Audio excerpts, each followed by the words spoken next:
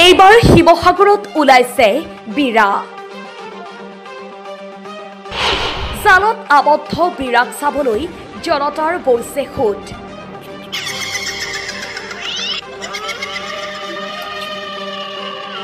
আঁঠুৱাই মেৰিয়াই এটা মোনাত ভৰাই থোৱা বিৰাক লৈ হোৱা শিৱসাগৰৰ এটা অঞ্চলত।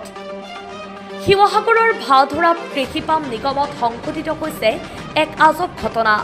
গাঁওখনৰে গোবিন্দ বৰপাত্ৰ গোহাঁই ঘৰলৈ আগমন ঘটিছে শহ লোকৰ। সহস্ৰজনৰ মনত কৌতূহল, পিছে কাৰণ শুনিলে আপুনিও হ'ব আচৰিত। দুখন আঁঠুৱাই মেৰিয়াই এটা মোনাত ভৰাই এখন খেৱালি জালেৰে আবদ্ধ কৰি ৰাখিছে এহাল বিৰাক, মানে এক প্ৰকাৰৰ ক্ষুদ্ৰাকৃতি ভূতক। তাকে চাবলৈ অঞ্চলটোৰ লোকসকলৰ মাজত হোৱা। জানিব পৰা অনুসৰি কিছুদিনৰ পৰা গোবিন্দ বৰপাত্ৰ গোহাঁই ঘৰৰ টিঙৰ ওপৰলৈ ঘৰৰ ভিতৰলৈ এই বিৰাহালে দলিয়াই আহিছিল শিল মাটিৰ চপৰা। এই বিৰা দেখি আহিছিল কেৱল ঘৰখনৰ অষ্টম শ্ৰেণীৰ এগৰাকী ছাত্ৰীয়ে। ভয়ত বিতত হৈ থকা ছোৱালীজনীয়ে যোৱা নিশা 10 মান বজাত আঁঠুৱা তৰি বিচনাত শুবলৈ লওঁতেই আঁঠুৱা ভিতৰত আবদ্ধ হৈ পৰে বিৰা। ছোৱালীজনীয়ে চিঞৰ বাখৰ কৰাত পিতৃ মাতৃয়ে আঁঠুৱাই মেৰিয়াই বৰ্তমান আবদ্ধ কৰি ৰাখিছে ওলমাই থোৱা এটা মোনাত। এই লৰি থকা মোনাটো চাবলৈ এতিয়া অনেক লোকৰ সোঁত বৈছে। ঘৰখনত উপস্থিত হোৱা সকলে এয়া অন্ধবিশ্বাস বুলি মানি ল'ব খোজা নাই যদিও সচেতন নাগৰিকৰ মতে এয়া অন্ধবিশ্বাসৰ বাহিৰে আন একো নহয়। ভয়ত পেপুৱা লগা কণমানিজনীৰ মন সুস্থিৰ কৰিবলৈ তৎপৰ হওক প্ৰশাসন। News desk report, Dapon live 24। নাম হ'ল ভাৰতৰ কৃষিপাম নিগম আৰু এই মানুহৰ গৰাকী হ'ল গোবিন্দ বৰপাত্ৰ গোহাঁই। মোৰ মামাৰ ঘৰ হয়। তেওঁলোকৰ ঘৰত আজি 1.5 মাহ 45 দিন হৈছে এনেকুৱা ঘটনা ঘটি থকা। চপৰা মাৰে দিন দুপৰতো মাৰে, ৰাতিও মাৰে, ল'ৰা ছোৱালী থাকিব নোৱাৰে। তাৰপিছতে কালি আপোনাৰ লাষ্টত ঘৰৰ ভিতৰত সোমাইছেহি। কোনে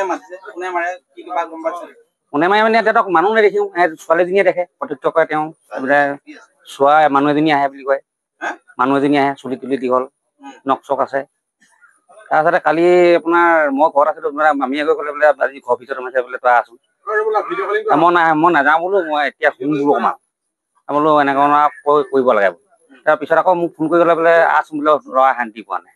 তাৰ আহিলোঁ, ছোৱালীজনী আকৌ সেইটো আমি যাওঁ, চাং নাপাওঁ, তাই দেখে।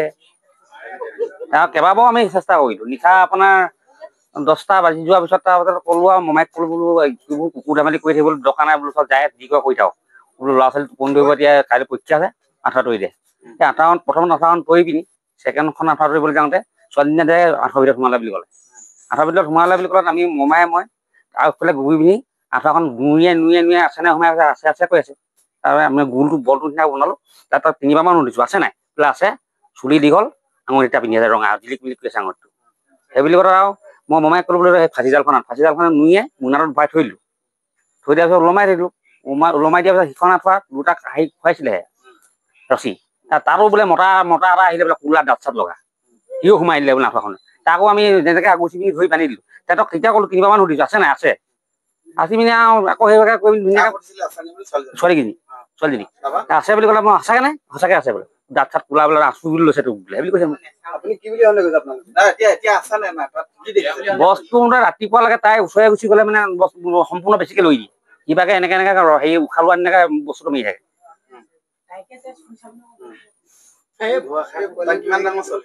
তাই এতিয়া 8ত। মই এইটো আমি বিয়া বুলি সন্দেহ কৰিছোঁ। মানে কি বস্তু মেলি দিছে। এই মানুহৰ ছোৱালীৰ নাম কৰি মেলি দিছে। কিবা জীৱ জন্তু তেনেকুৱা সিহঁতি কয় কেতিয়াবা ইমানটো মান চাব, কেতিয়াবা ওখ হৈ দিয়ে বুলি কৈছে।